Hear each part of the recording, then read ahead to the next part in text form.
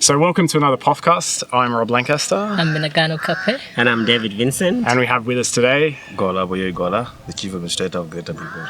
Welcome. It's great to have you with us, and all the greater because we're out in Bichibich. It's not a normal setting for the POFcast or for our peace dialogues. And we're in a newly constructed compound, which is actually specifically for the women, yes. Right? But they have graciously allowed us to film here because it's got a very nice setting for filming the POFcast. So we'll come on to some more specifics about GPAA, the peace process, and so forth. But first, as we always do, reflections on peace. I've only just given Chief Administrator the warning of this, so while he's still thinking... Yes, for me, coming to Bichibich for the second time, it's exciting to see that the communities are settling around the center. Kuyubuza, this is the name that was given to the center by the women last year. And in my discussion last year with the communities, it's very interesting how water was the single element that was bringing people together. So when I was thinking, coming back here, it's amazing how water means peace to some communities as well. It's not necessarily about conflict and fighting, but simple things like basic services is what peace is to them. For me, one thing that I reflected on, especially coming to this area, is the idea that the famous thing that every South Sudanese know when Dr. John Garang said, we want to take town to people. So when I look at Nganapankuz, for example, or this center, it's actually that dream that is coming in. And for me, it was very peaceful as we were landing. Looking out of the window, I can just see the vast land, but it's a very beautiful vast land. And what could it possibly mean if we have peace? Yeah, I think, thank you very much. For all, I feel like this is wonderful. I think it is the first of its kind. And that's really transformed the idea that we need to take the town to the villages. And the people are very happy to see that we are here, especially the leadership of GPAA. I've been receiving a lot of information, like they've been asking the development partners whenever they come here, whatever are you guys doing? Are you connected with the government? Is our government aware of this? When are they coming? So now they're very excited. And also the fact that we are doing, I think this is the first ever podcast in Bichibich. Yes, and that's true. In that matter, which is very important. And it's also another way of engaging the grassroots in terms of peace building initiative. And I think we are learning through the process. Like I think when this peace initiative started some years back, it was mainly focusing on maybe peace buildings in Juba, conferences, Juba, Bor, Pibor. But now I think we are trying to move in a different way. And by conducting such conferences in these areas, I think it's mean a lot. So I'm really grateful for the setup that I found here, the infrastructure. Some of these buildings are not even in Gomu County. They are part of the county, for example. And it is actually historic. I don't know, it looks like we are moving backward instead of forward. Because I remember in 1990s when I was a child in Pibor, these are the local material that we are using to construct houses. But now it slowly start disappearing. People start depending entirely on this... like the iron sheets. Not the iron sheet even. They want just, how do you call it? The bricks. The plastic, the plastics that distributed by the UN and other NGOs. Yes. And that one is actually like, now when I see this, historically I can reflect on my childhood and how beautiful it is. And see that's something that we need to encourage so that at least we are. So I'm really happy for the work that you guys are doing here. And there's a lot need to be done. I think during the discussion, we'll come up and see how best we can move and come up with the new approaches, because I feel like we need to start this when it's not working. We look for another way of doing it. So that is basically what I can comment. Could you say a little bit more about the importance of reaching these areas for GPAA? I mean, everywhere in the world, this question of rural-urban is an issue, even in Australia, you know, getting services out to remote communities. But in GPAA, why is it so significant that we make the efforts to reach further into Nanam and further? Yeah, because these are the people who are engaged in conflict, whether by themselves or with other communities. And by them addressing them directly, it will actually change their mindset. So we need to be more closer to them in order to, because, for example, if you conducted a peace conference in Pibor, you will talk to youth intellectuals who are not part of the child abduction, who are not part of the cattle raiding, and you will just be there and then it's done. But by coming here to the grassroots and talk directly to the youth who are directly involved in cattle raiding and child abduction, I think it will, even if maybe, for example, we talk to 100 youth, we may get attention of 50 or 30. In the worst scenarios, 10 of them may drop the idea of raiding because of the negative part of it. If we can explain to them, convince them, give them opportunities of other livelihood. Like, for instance, I've seen this land is very vast and it's very actually productive in terms of agriculture. If we can plan different type of crops, I think it is very, very, very fertile land that can actually grow a lot of. So we need to teach them how they can entirely rely on themselves to be self-reliant. So there will be opportunities, because most of this conflict, the way I'm seeing it, it is like attributed to hunger sometimes. When people are angry, they will look for alternative. That's why they have to go for the neighborhood to look for cattle and all this. So it is very important to focus on how we can teach them how to depend for them to depend on themselves, and also rely entirely on agriculture. And we can provide them with the tools, with the ideas, and then when they see it working, then I think they can engage in that. So it is really very, very, very significant for us to continue engaging with the grassroots, and that one will take me to what I was thinking of proposing next time. Instead of now focusing much on the delegates who are always part of the ICGS meetings, the time has come for us to look beyond that, because we have been meeting the same people every day, every now. We met them in Bor, we met them in Pibor, we met them in Bichibich, we met them in Nakobo, met them in Niro, the same faces. And most of these start losing the ground. Because especially in Murle culture, for you to be listened to, you need to be part of the team. The time you walk away from them, they will start grooming another leader that will lead them, because they speak the same language of the violence, the what. So I feel like whenever people that we have selected them to be part of the peace initiative, they become isolated. Even if they were influential, they will lose their ground. They will not be any longer influential. So I think next time we need to focus on how together they use themselves and talk to them directly. Let us hear from them direct question like, what is the problem? Why are you continuing doing this? Why are you doing that? And then we hear from them. And that is the same conversation I started doing as government of GPAA.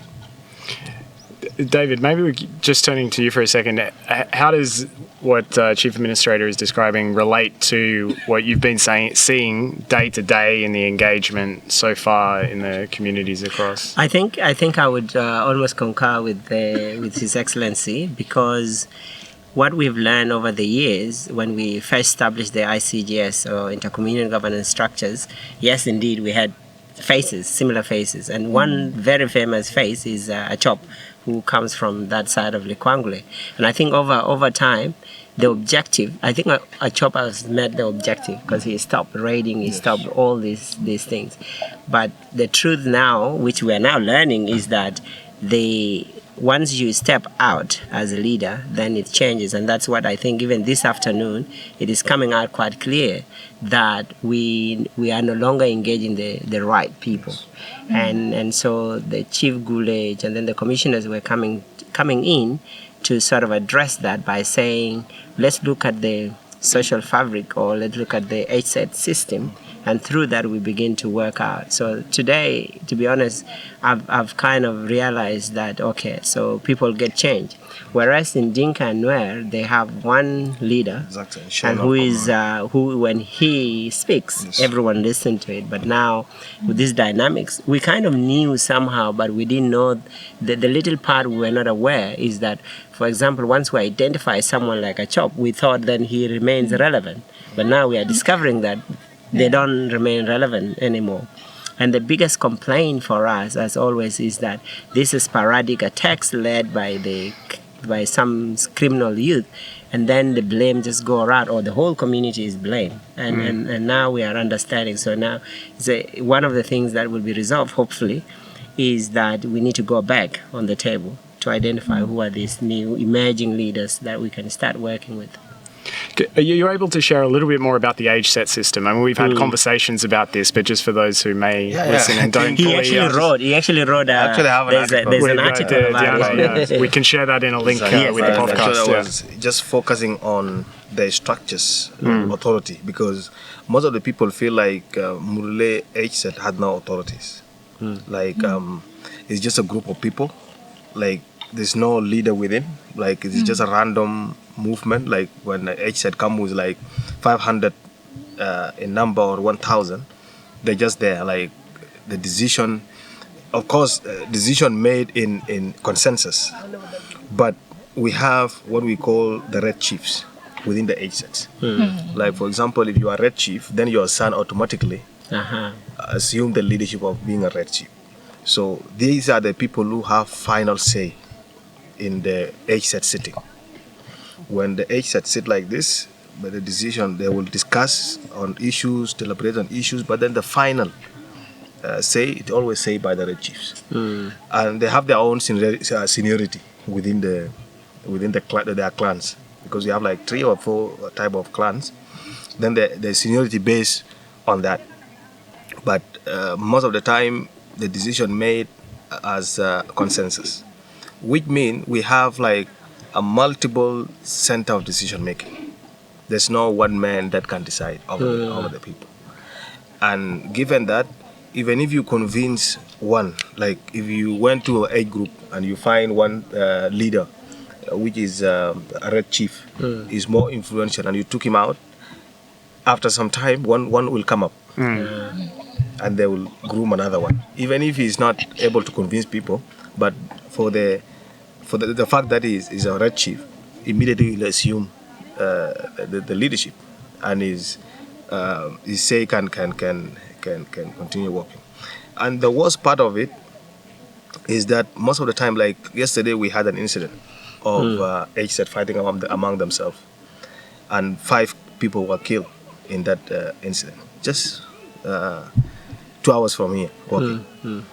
And we get information of people who always like, if you kill someone, you have to come for red chief for them to remove the curse. Remove the curse out of you. Like they use smoke and some there's different type of flavors that will bring smoke, and then they talk. They do that so that the blood of the person that you have killed will not follow you. Some of these leaders within the HZ can do that for their own HZs. Some of them, they go to the chiefs and the rest of the, and that is how sometimes we get information of, like as a government, this is when we get information. If incident happened and someone came looking for this, immediately we go after them, because why would you want that if you did not kill someone? So that is how work is complex, because it is not a center. His decision is not based on like forcing the people, but it's like consensus. That is what makes it more difficult. So presumably this makes your work difficult as well as Chief Administrator. Very difficult. So what's your strategy, let's say, for trying to engage with these dynamics? I think what I've always done, I'm trying actually most of the time to study. You know, when I wrote this article, it was based on some question I found from a lot of people, especially the NGOs. Like we are seeing there's no clear hierarchy within the Murle HSETs. Like it is just a random movement, nobody in charge, because we are looking for who to approach. They were looking to who to approach, and that's when I come up with a design. What we did last time in Pibor, and supported also by Peace Canal, was that we bring influential youth leaders. We have 3 or 4 categories within the age group, and all of them are influential, by the way. We have the red chiefs, they're number 1, the influential, and then we have the black, we call it communists, people who can talk within the HSET. They also have a say. We have people who are brave in fighting, so their word is also considered. And then we have people who are wealthy, who have a lot of resources. And each and every one of them play a role. Like those who have a lot of resources, if the group is, when there's a fight, for example, and people gather like this, he can take people to his house alone. And then he can slaughter bulls. Food will be enough for everyone. He can have like 10 wives. So someone like this is important, because the time you disagree with him, he's going to host you next time. So these are the categories that last time I started getting. When I conducted that workshop, I have actually contacted the chiefs from different Payams and Boomers and villages to come up with the names of those influential. These are the people that we have to talk to, so that when the one now going there and talk to their people, they will listen to them. So I feel like we need to have something like that. If the number is large, because we cannot cover the whole entire GPA, we can start county by county. We could say, and also depend on the season, we can say, let us focus on Gumru County. We have 17 villages in all Gumru County. Let us target this. Give us, in each and every HSET, give us, for example, 6 influential black communists, give us 6 influential red chiefs, give us brave ones, give us what, and then we gather, whether here or in Gumruk, and then we have a conversation. And I prefer to be done during the rainy season, whereby all of them will be around. They have not gone anywhere. They have not gone anywhere. We can land there, and then they will come. Now we can send them to come, and all we stay in Gola, and then we talk to them, because I believe them taking the message will be more powerful than us talking to them. And then maybe later on, after we're done with dealing with each and every county, and then from that we can call them all in one place, and then we have a conversation. Yeah, I think we will follow that thought. Your Excellency is quite good, but I can't stop myself, and I think they're thinking the same thing. Your language, yes? Yes. And you've just explained how that works. With you now as a language, how does that come into equation? Or you being that younger age set, and the fact that you are a chief administrator puts you at the next level. How does that work? Yeah, actually, I think because of the leadership, I may be respected by a Lango age group.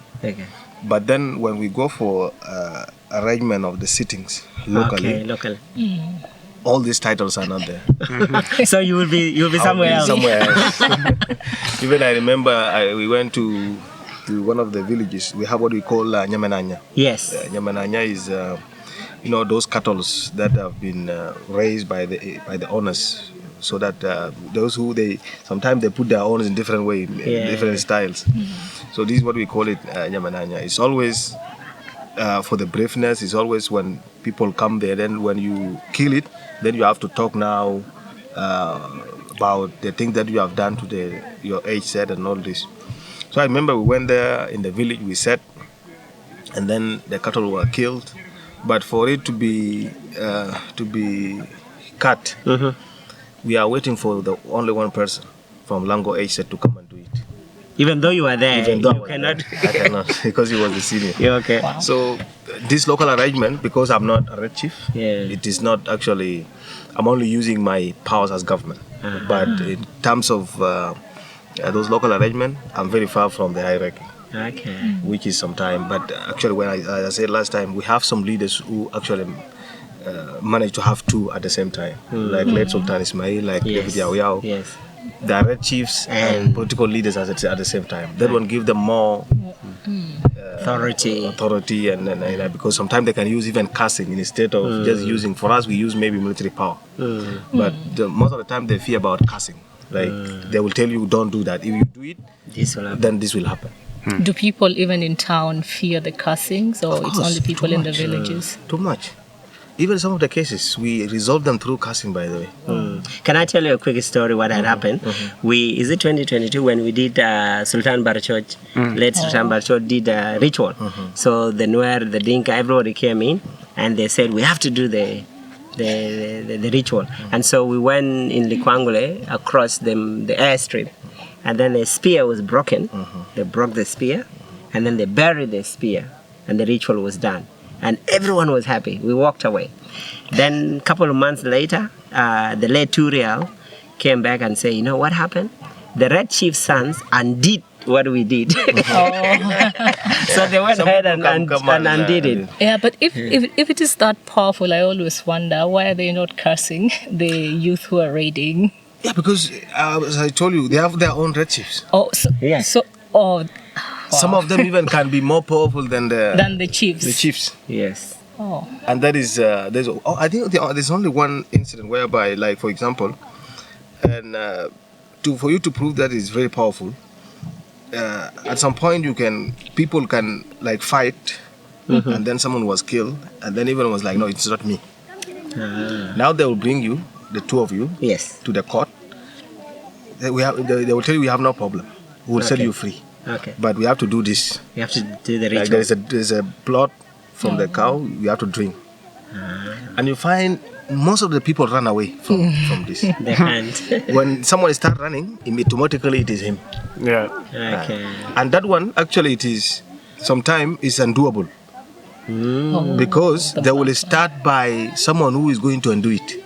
Okay. The senior Red Chiefs will come, and now they start cursing the person who is going to undo it. Because we have seen a lot of incidents whereby people come out, okay, I'm going to do it, and then they do it and nothing happened to them. But mostly, you must die. So if something not happening, then people start questioning. Then they found out that the people who always go and do it, you pay like 5 cows, and then they will go on and undo it. So now, as it's become procedural, they have to start with someone that may think of undoing it. And also people died because of that. So they will start casting that person, and now they will come to you. So that is the problem. So building on Minagano's question, though, that means in these far-reached places, there must be people who have an interest in the ongoing raiding. So as you see it, what is it that would shift the interests of these communities such that even the Red Chiefs and those who are at the moment condoning or acquiescing to the raiding would shift their perspective and say, actually, we need to go in a different direction? Actually, we have two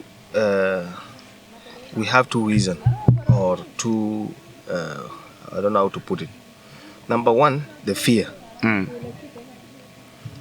Number two, it is bribe.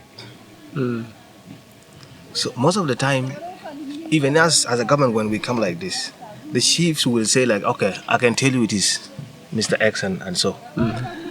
And then you will go and you leave me here. What will happen? I'll get into trouble. I'll get into trouble. That's why they fear to tell us. Okay. See? Number two, some of them, when these people come back, they will come to them. They get a share. To shut them down. You need to keep quiet. Here is your shares. And I remember even in the last incident when we managed to recover these 50 cows, 57 cows. Yeah. I went to Manyabol myself. I came with a heavy armed forces, and then I called Gule, I called all the chiefs, told them, look, these people are from here. I have the information. If you are not giving me the names, you will see what will happen. So that is the fear you were talking about. That is what I was telling them. Yes. So now, Gule came and told us the names. Secretly. Okay. When he told us the names, now we start sending forces to arrest them. Okay. But then he went the same before us. He told us the name and then he ran to them and he told them, Gola drones are coming. I've discovered you. It is not me. Which is the drone. The drone that I destroyed. But now we are talking public. It's probably someone is listening. So for him to secure himself, to be in safe side, he has to tell them it is a drone, it's not me. Now they know it is my drone that discovered them, not them. Otherwise they would be in trouble after we left, because these government forces are not going to be there forever. So you could see there is a fear mixed with a bribe. Yes. That these chiefs are getting something out of this. Can I turn it in the other way? Perhaps it's not a fear, but for Gulej, who we've known is a great inspirational leader, maybe he's trying to balance. He doesn't want to lose his people. He also doesn't want to upset you. So you find a balance, and the drone excuse is a good excuse. It's a good excuse. Even we laughed at the time. And also remember I was at the Chiefs Conference last year in December, which you hosted, and you spoke quite strongly to the chiefs and coming up with very strong resolution on what will happen if they don't take action when they hide criminals, when they hide cattle that are raided. I wonder, how are these resolutions going on in terms of implementation? I mean, in Gumruk, there's a quite clear example of Gulej case, which you mentioned. What about the other counties, like Kwangule? Because raidings are also happening, especially now with the conflict in northern Jonglei. There is an increased cases of cattle raiding and abduction in that corner. So I wonder, how is it going in that side? You know, the problem is the immigration. Like, these people are not in permanent places for us to track them. But they are in different locations. Like now, especially during the dry season, they are in far Nanam, far Bichibich. Some of them far in a place called Bas. Most of them are there in Bas. These areas, we cannot reach it. We cannot reach them. No roads. No roads. No, nothing. That's why, I don't know, even in my speech yesterday in the opening, I told them clearly, the hands of the government is too long. Yes. Like, for example, we had someone who actually removed African Park cameras around the area by force. And no one was daring to touch him. Now, in yesterday's incident, he was shot. And he needed to be treated. Now we are engaging to take him for treatment, and then from there, he must be arrested. That is one way of telling them the hand of the government is too long. We keep all these records. We have the names. Even in Juba, when they take cattle to the market, we have arrested almost 7 people now. Criminals, people who kill people and run away. So this is what we are working on. So if this is the, let's say, enforcement side of the equation, and which is critical, and we've seen that in lakes as well, that when the peace and the positive development side isn't complemented with consequences when you take a different path, then it doesn't really work. But what do you see as the key threads of the positive side of the equation? I mean, I don't mean enforcement is not positive, but the things that will incentivize people away from violence in a positive sense. You know, the worst part of it, and I'm sure all of you know that, this issue of cattle raiding, first of all, is like a culture. It's not considered a crime until today. And I think it's only with Jonglei, maybe Bor, that people are focusing much on returning raided cattle. But in most of the part of the areas, like with Greater Law, with Taposa, there's no any discussion about returning the cattle. We always talk about the abductors, the human being. See, because this one is culturally accepted, and it has been there for decades. So the fact that we are trying to criminalizing it now, it will take time, and that's why my focus was first, this massive mobilization must stop. Let it be criminals that are doing this. Absolutely. Number 2, let it stop child and woman abduction. Let's continue with the cattle, because there's no way you can stop cattle raiding as per now, unless the government invest seriously on that. And that require a lot of investment as a government. More forces, more equipment, even the deployment of drones like it used to be before. I remember there was a time there was no incidences, because I told them that there is a drone now. If you move, you will be seen. You will be killed. And we got information by then, by the way, some of the youths are going toward Jonglei. And then I talked to the leadership and they sent drone by then. And then drone went around them until all of them ran back. But now it has been quiet. They are not heard of any drone again. They are not now they are free to do whatever they want to do. So we need to move step by step. Number one, we're supposed to focus on how to end the massive mobilization among the communities. Secondly, how we can now stop the child and women abduction. And then let us reduce this issue of cattle raiding to the criminal cases instead of involving the whole community, even the innocent one. See? Like what I talked about yesterday, it is found unfortunate, because I've involved people of Manyabol to help recover cattle from Bichibich, or the one raided in Baidit, but then instead they were the ones being attacked. Yes, and the children. And their children were taken, including Gulej, who was very vocal on this. His family was part of the abduction. So how can we handle this? And I think this issue of generalization in South Sudan is the problem. We must address crimes on that basic, these are criminals. Let us deal with them individually instead of including the whole community. Yes. And I think in your speech at the opening as well, you emphasize on that. And I think over the years, I've seen with the ICGS meetings, there is a shift of that narrative now. People now are saying criminals rather than Murle. Exactly. And I think that for me, I think it's a huge achievement just to begin to look at that. That's really And we're good. supposed to move that from this from GPAA. I see myself as a national leader because I started at the national level. And anytime I can be appointed a national minister. Absolutely. Why would I just defending where I came from? It doesn't make sense. A criminal is a criminal. They're fighting us, they're fighting other tribes. Why would I have to support someone that is actually also giving me a hard time?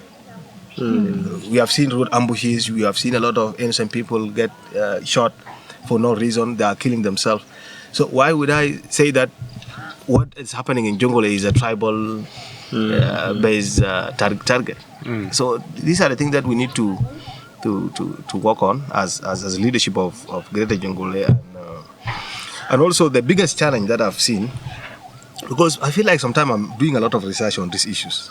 I want to see how I can address them scientifically instead of just applying maybe military means and all this.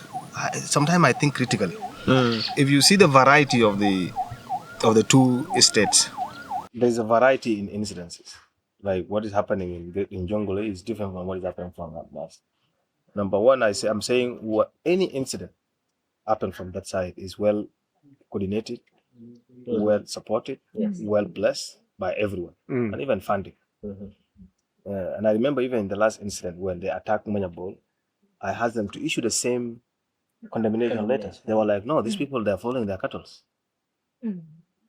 which is contrary to what we have agreed as a leaders. We must condemn any way. And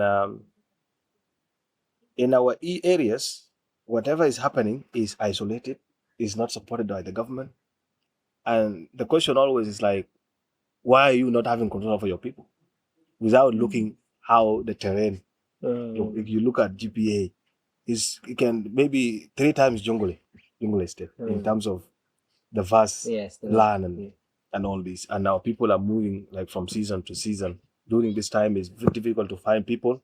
And when people are now settling, the roads are closed. You will not be able to access them. So I think we have 3 components that we must work on. This peace conferences building is one component. We have actually, it has as BFOod, we managed to stop the massive mobilization. That is a great step. Then the second step, it has to be development factor that will incorporate it in this. What is the meaning of development? If we could have road access, all the locations. Because when we say Gumruk, all these people during the rainy season, they will come closer to Gumruk. Yes. All of them. Those who are in Lutila, those who are in Nanam, those who are in Bichibich, those who are far, place called Jom and the side of, they will all come closer to Gumruk. So if we have road access, then we can access them. We can at that time find the entire village. But now people are scattered. We cannot find them. And the road, we have road access. So we need to have development activities whereby we start road connectivity, for example, so that on the rainy season we'll be able to reach out to most of these places. Those of Pibor, they will come all the way to Pibor. They will just live near the market, here, near the airstrip, near what they will be around Pibor. And these are the people that is easy for us to get them. They will just come to Pibor and then we talk to them normally. This is number 2. Number 3, it is the law enforcement, which is also very essential. Because at some point, if human being is not punished, then there's no way you can stop whatever he's doing. There must be a kind of punishment, so that at least you will, if I do this, this one will happen to me. So these are the component that we need to incorporate. And then we start also thinking. I like this type of discussion, so that we come up with new approaches, new ways, and how to address this. We can try this. If it doesn't work, we sit down. Okay, now this one doesn't work. What can we do? Let's try a different approach, and we continue like this until we get where we can handle these issues. It evolves too with things like technology. Exactly. We've discussed before the emergence of Starlink. A lot of people have a problem with Elon Musk, but for the accessibility out here, it creates all sorts of opportunities. And even just now in the session, we were discussing how can we have more regular communication using these Starlink devices that will be available in all the counties, whereas even 2 years ago, it would have been Soraya's. It's expensive. You have to be available in a different way. So all those opportunities that emerge to lean into them as well. I think I just want to stay on the idea of the condemnation. And I must admit that for the last 5 years we've worked, I think you are the first who have actually come out and publicly condemn your own people. And I think how can we replicate that? Because you've issued the condemnation, and you were hoping for state Jonglei State government to do the same. But at the time, I think His Excellency Dr. Riagai was not here. But I wonder whether you've had a conversation, or what would you want to happen? I think what is also lacking at some point, it is a communiques. Apart from engaging with the ICGS members, that is a different discussion. But when we come in as a government, I always propose there should be something we sign, like a declaration or communique or something, whereby we sign our commitment to it. Like, for example, the condemnation, the early warning, the coordination, all this. It must be something written, then we sign. And then you will hold us accountable if we do not implement any of those, because it's something we have agreed as to the two governments. Because the members of the ICGS, they are members of the ICGS. They are not entitled to have authority to impose any agreement, anything that you have discussed. For them, it's just advocacy, to go and reach out and advocate for that. But for us at the government, we have the authority. So I always feel like why there's not something that we can sign on. Within the ICGS. Like for the government, the two government. Like if this should be also like if people from GPA went and raid cattle, the government of GPA must be the first to condemn. You must provide information on early warning. If there is any movement of your people toward the area, you have to inform your counterpart. For example, patrolling of the roads, having maybe military points. There must be something. And I think at some time I developed something like that. Even I have it in my laptop. Maybe I will share it later on during the night time. We wanted to sign in Gumruk when it came to Gumruk. So sometimes I feel like this one is also lacking. That something will give us as a government a commitment to enforce and do this. Actually, it's really good, that good point that we've taken note of it, because now the session that is about to finish now, they are focusing on what should happen. What should happen, what to do to prevent conflict, what to do to respond to conflict once it happens, and then how do we resolve conflict, basically. So out of that, I think there is be clear steps, which includes the early warnings that you've mentioned. So hopefully we could get something to look at that. I just want to build on what David has said, communication and coordination between GPA and Jonglei governments. But what other areas do you think the two governments can work on together to strengthen relationship or means of addressing this interstate conflict? There's a lot of, but we feel sometime we need the national government also in consideration. This is also something that has been also lacking because whatever you are seeing here, especially from my perspective, I'm the one building it. If you are in GPA for the couple of from 2014 before I came, you may not find even 10 or 7 military vehicles in Pibor. There was nowhere. And the criminal reached a point sometimes they come and break the prison to remove their people out. But now I'm trying to make sure that people fear government. And that's why in my first appointment like this, I managed to get 3 vehicles. Make them mount them with the heavy guns. We put now while we are talking, we have not less than 14 military vehicles in the area, and all these from our own local arrangements. We just hope the government, okay, we got this, you help us with that. We got this vehicle, you help us with that. Now there is at least a face of government is showing muscles, like we are strong now. So that is something that I'm sure we are working on. I'm also now engaging with the CDF to empower us more. So I believe up to next year we will be in a position of sometime enforce the law, because we'll be having more forces. And I found out that the previous leaders were fearing is because it's very expensive to maintain. Yes, it's expensive. To maintain the vehicles, to put fuel, to feed the forces, to provide them with the food, with the incentive is not easy. It's really, really, really expensive. And that's why with this financial constraint that our country is facing, it's not easy.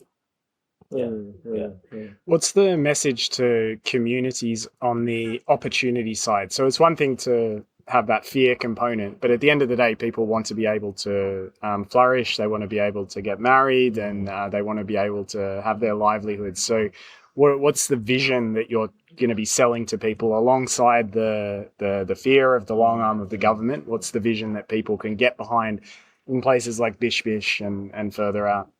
I think it's just a way of telling them there's other opportunities apart from trading. You know, when I was walking in the morning, I've seen old women cultivating here in this farm. Then we went there and I asked people who were with me to help her also cultivate. So while we're helping her, someone came from the village. It's like, you guys are just wasting your time and energy. These boys will come and finish this farm in one day. Yes, I've heard that. Get the point? And they don't do that. It's only old people that are cultivating. These young people, they're just moving around, but then when the crop come up later on, they will be the first to finish it by force and by everything. So we need to encourage on how these young people themselves can cultivate and how we set an example of that. And if we to have opportunities, we would have also come up with something here. I was talking to Joseph Lemoy today that you guys should set an example of a farming here. You do like full Sudani, Surgum, and then Bafra, all this, set an example. And then those who are in town here, we also encourage them to do the same. Even the police that we have deployed, I told them next time you need to have your own farm here. And then also the POFcast administrator, you collect these people, have your own farm. Let us set them examples. And that is what I've been telling them. Whenever I go, this food that has been distributed by WFP, it is not manufactured. It is grown by the same human being like us. Why would you want to be given free food? And now I've discouraged WFP to focus on school feeding instead of distributing just food. Because it's embarrassing. Someone will come all the way from Nanam, from Bichibich to Pibor, stay in a queue for 2 days and get 1 bag of sorghum. I told them if you can use this time to cultivate, you will have 5 or 10 bags of sorghum. So we need to change the mindset slowly by moving around, talking to them, setting them examples. When I'm in Pibor, I have my own farm. Every Saturday I go and do myself. I want just to give them an example. This is how we do it. I just wanted to add on to the conversation you had with Lilimon the area coordinator. We have our livelihood lab lead. What we are trying to do, of course, you know about the cattle trade, which is now happening, but also on the agriculture in particular. I think today or tomorrow, our livelihood lead will have a conversation with a group of women and a group of young men. What we wanted to try really is what you said. We set up a demonstration farm this season with the hope that people can adapt more. And one inspiring thing, the Borsad youth leader, Cora War, he said, if you are able to bring me, I'm happy to come and show them what to do.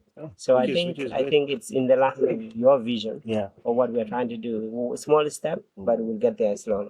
And there's also this cattle trading. It's also very, very significant, very important. But then in the long run, as I'm always saying, it is the issue of the education.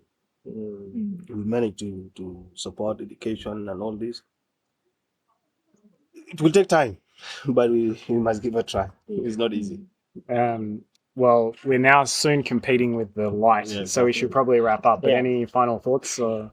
I think I just wanted to ask a question very quickly before my final thought on the significance of His Excellency Dr. Riegai, who came to the opening of the ICGS, and you had a great time together. What does that really mean to you in terms of your cooperation with each other? Actually, it's mean a lot. Riegai, I've known him for a very long time, since I was a young person. He's the one who opened schools in Pibor for us to enroll in education and all this. So he's always someone who is passionate about peace, about unity of people. And the fact that he came straight from his treatment to Bichibich shows his commitment. But unfortunately, sometimes I feel like he's powerless also at some point. Because I feel like there are other external actors who are more powerful than the governor himself. Yes. Even these youth leaders, you are seeing them. They're more powerful than government. These are the people who can just tell people do this and they do it. These are the people who mobilize resources in Australia, in America to come and support these armed youth. This red belt that we are seeing here is being supported heavily by politicians within the government and outside the country. So, and these people, someone like Dr. Yak has no authority over them. And that is a challenge. So willingness alone, it's not going to help us. At the same time, I feel like we've concentrated heavily on working with the people who are willing and who are, to whatever means they're able, can push things in the right direction.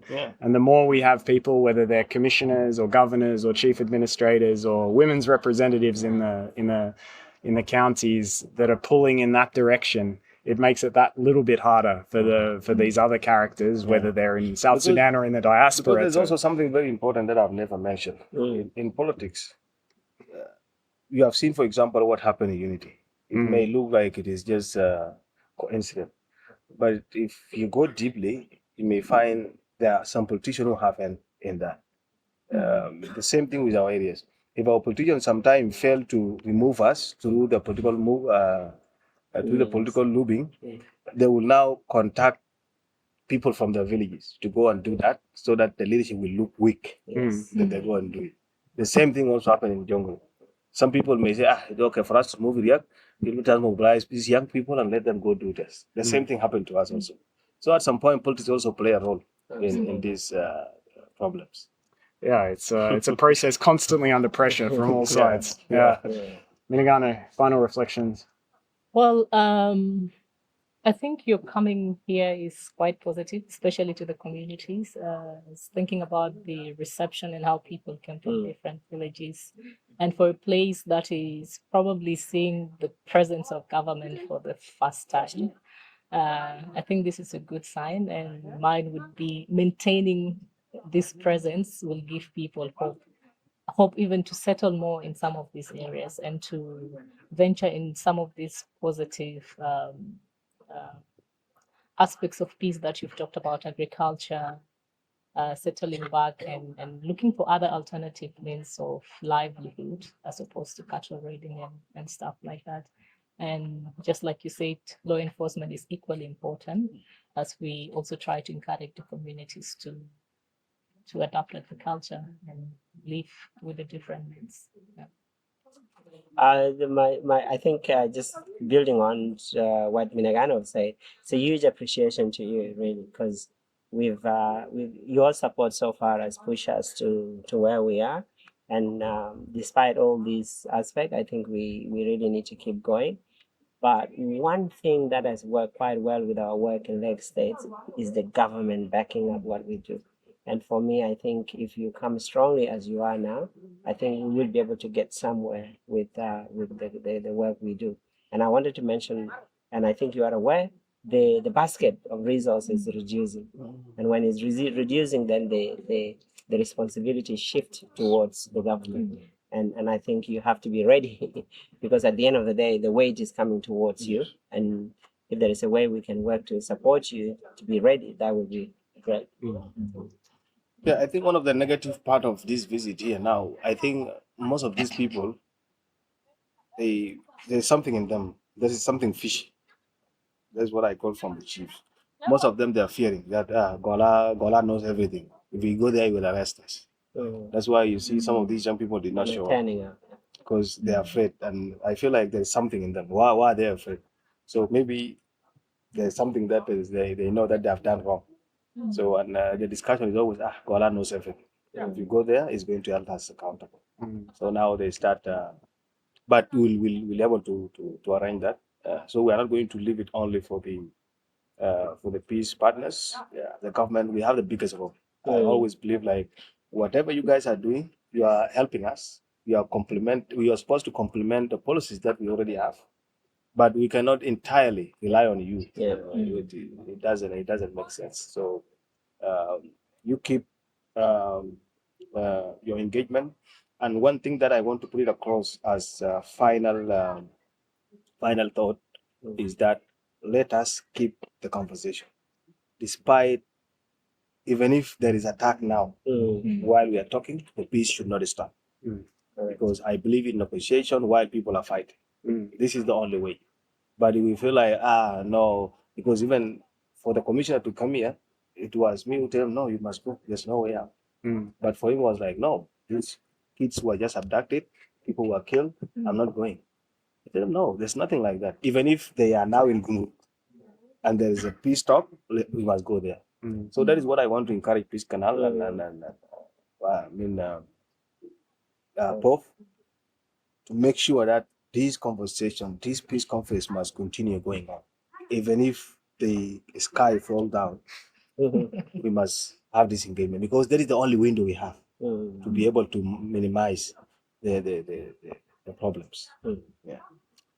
Well, thank you. Thank you very much. For the whole conversation and this emphatic final thought.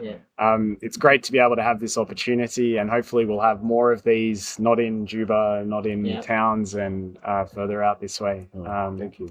And we look forward to the next couple of days together before heading back.